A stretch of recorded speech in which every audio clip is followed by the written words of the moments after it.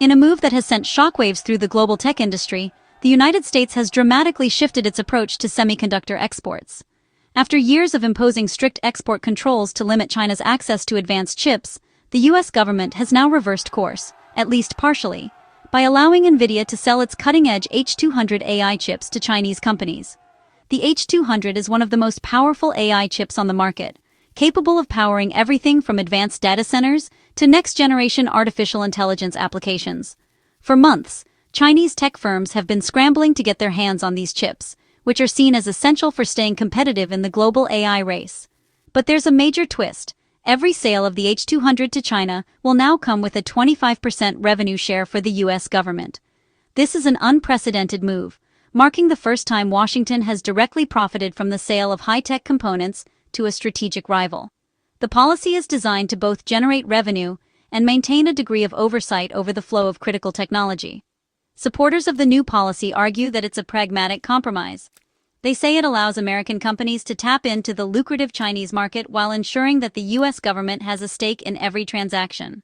Some believe this approach could even set a new standard for how technology is traded between global superpowers. However, critics are sounding the alarm. They warn that by allowing China access to such advanced AI hardware, the U.S. could be inadvertently strengthening a key competitor. Some experts fear that these chips could be used to accelerate China's own AI development, potentially giving it an edge in both commercial and military applications. This policy shift comes after years of aggressive efforts to block China from acquiring the world's most advanced semiconductors. Export controls were originally put in place to slow China's progress in AI, supercomputing, and other strategic fields, and to protect America's technological lead. The underlying strategy was clear: keep America ahead in the global race for AI dominance and maintain a technological edge in military power.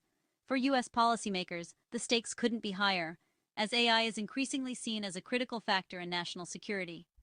Now, with this new policy, the U.S. is betting it can both profit from and control the flow of advanced technology. By taking a cut of every sale, Washington hopes to monitor transactions and potentially influence how these chips are used. But the big question remains: once these powerful chips are inside China, can the U.S. really control their ultimate use? Will oversight and revenue sharing be enough to prevent unintended consequences, or is America taking a calculated risk that could backfire? The answer to these questions could shape not just the future of U.S.-China relations, but the entire landscape of global technology and power for years to come. Congress isn't buying the administration's new approach. The mood on Capitol Hill is tense, with lawmakers from both parties expressing skepticism about the sudden shift in U.S. policy toward China's tech sector. Many see the move as a dramatic reversal, and they're demanding to know what's really driving it. Representative John Moolenaar, chair of the House Select Committee on China, immediately demanded answers from Commerce Secretary Howard Lutnick. Moolenaar, a leading voice on U.S.-China relations, wasted no time in firing off a formal letter, calling for urgent clarification and accountability from the administration. He suspects the policy is based on flawed intelligence, especially claims that Huawei's recent chip gains are due to illegal imports, not real innovation. Moolenaar points to classified reports suggesting that the Chinese tech giant's so-called breakthroughs may actually be the result of backdoor deals and smuggling, rather than genuine technological progress. Moolenaar wants a full briefing. He's demanding that the Commerce Department provide a detailed account of the intelligence that led to this decision. He's also asking for a timeline of how the policy was developed and who was involved in the process. For Moolenaar, transparency isn't just a talking point. It's a necessity when national security is at stake. What intelligence drove this decision? Was there new evidence that justified easing restrictions, or was the administration swayed by outside pressure? Moolenaar wants to know if the intelligence community was truly on board, or if political considerations took precedence over security concerns. How was the 25% revenue share calculated? Lawmakers are questioning the math behind the policy, worried that the numbers may have been manipulated to justify a risky move. They want to see the data, the models, and the assumptions that led to this figure. What are the national security risks? Moolenaar and his colleagues are demanding a clear assessment of how this policy could impact America's technological edge, and whether it could give China a dangerous advantage in the race for AI supremacy. He argues the old export controls were working. Huawei's next-gen chips are actually a step backward. According to Moolenaar, the restrictions had successfully slowed China's progress, forcing them to rely on outdated technology and limiting their ability to compete with U.S. firms. By selling H200s now, Moolenaar warns, the U.S. could be throwing China a lifeline just as pressure was working. He cautions that relaxing controls at this critical moment could undo years of hard-fought gains and allow China to leapfrog ahead in AI development. The administration faces mounting pressure to justify a move that could accelerate China's AI progress. With the world watching, officials are being pressed to explain how this decision serves U.S. interests and whether it puts American innovation and security at risk. Congress wants transparency and may not let this policy stand. Lawmakers are signaling that they're prepared to hold hearings, issue subpoenas, and take legislative action if necessary. The battle over America's tech future is just beginning, and the stakes couldn't be higher. The Nvidia H200 isn't just another chip, it's the engine behind today's AI revolution. Designed for massive parallel processing, it powers everything from medical breakthroughs to military systems. The H200 is nearly 6 times more powerful than the H20, the previous chip allowed for China. Critics say it's far too advanced for export, warning that China could use it to build AI supercomputers rivaling America's. If China buys in bulk, the U.S. lead in AI compute could shrink from 11-1 to just 6-1 by 2026. This 2-year window could let China leap ahead while its own chip industry lags. Huawei isn't expected to match the H200's power until at least late 2027. Selling H200s now could hand Beijing a shortcut with global consequences. This policy is a sharp break from years of U.S.-led tech containment. Both Trump and Biden built a global coalition to block China's access to advanced chips and tools, keeping Beijing at least a generation behind. Allies like the Netherlands and Japan joined in, making the restrictions nearly airtight. The strategy was costly for U.S. firms like Nvidia, but seen as essential for national security. Now, the U.S. is shifting from denial to regulated access, with a financial twist.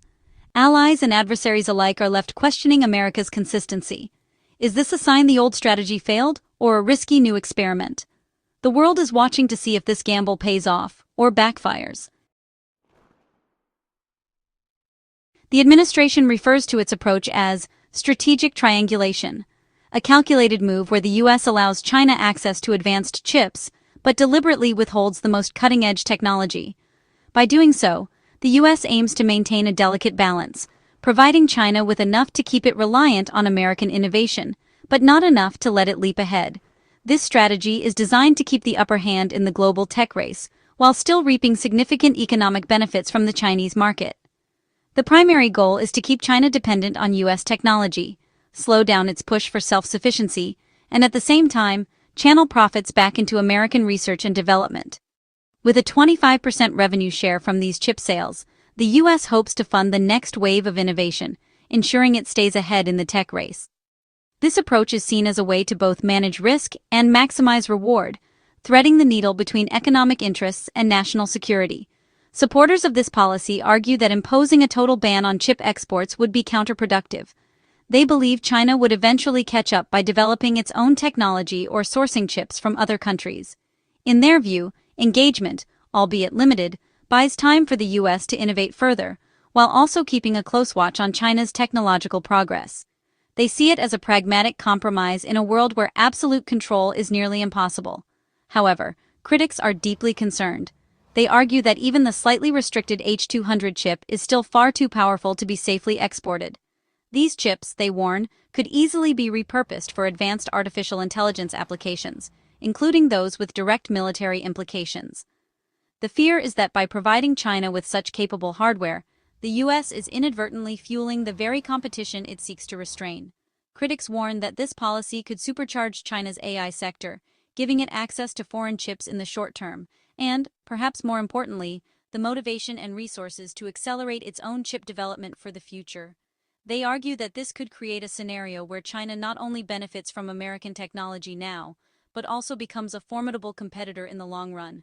Instead of slowing China's progress, some fear the policy could inadvertently give it the best of both worlds: access to advanced technology today and a powerful incentive to innovate tomorrow. The delicate balance the U.S. is trying to maintain could tip, with unintended consequences for global tech leadership. The risk is clear.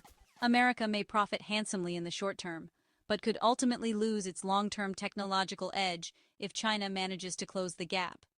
The stakes are not just economic, but strategic, with implications for global power dynamics. The debate over this policy is fierce, with passionate arguments on both sides.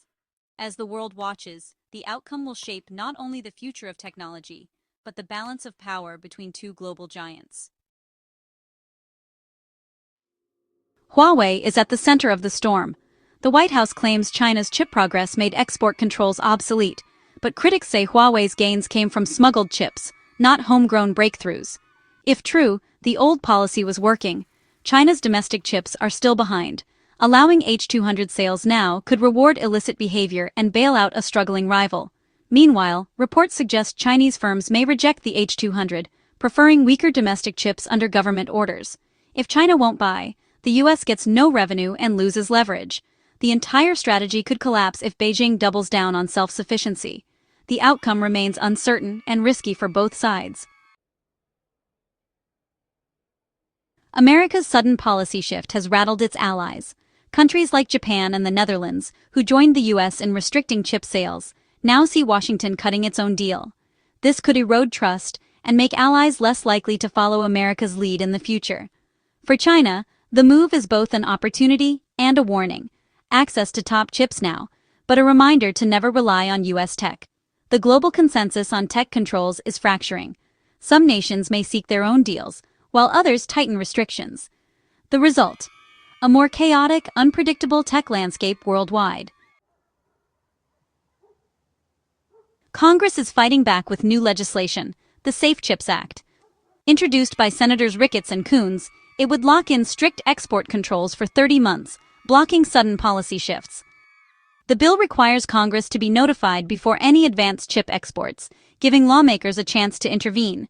It's a direct response to the H200 decision, aiming to restore stability and predictability. The act would shift power from the White House to Congress on tech exports.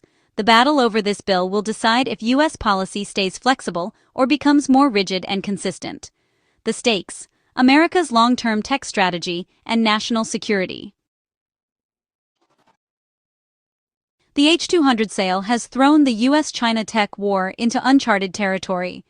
The next year will be shaped by a standoff between the White House and Congress, and by China's response.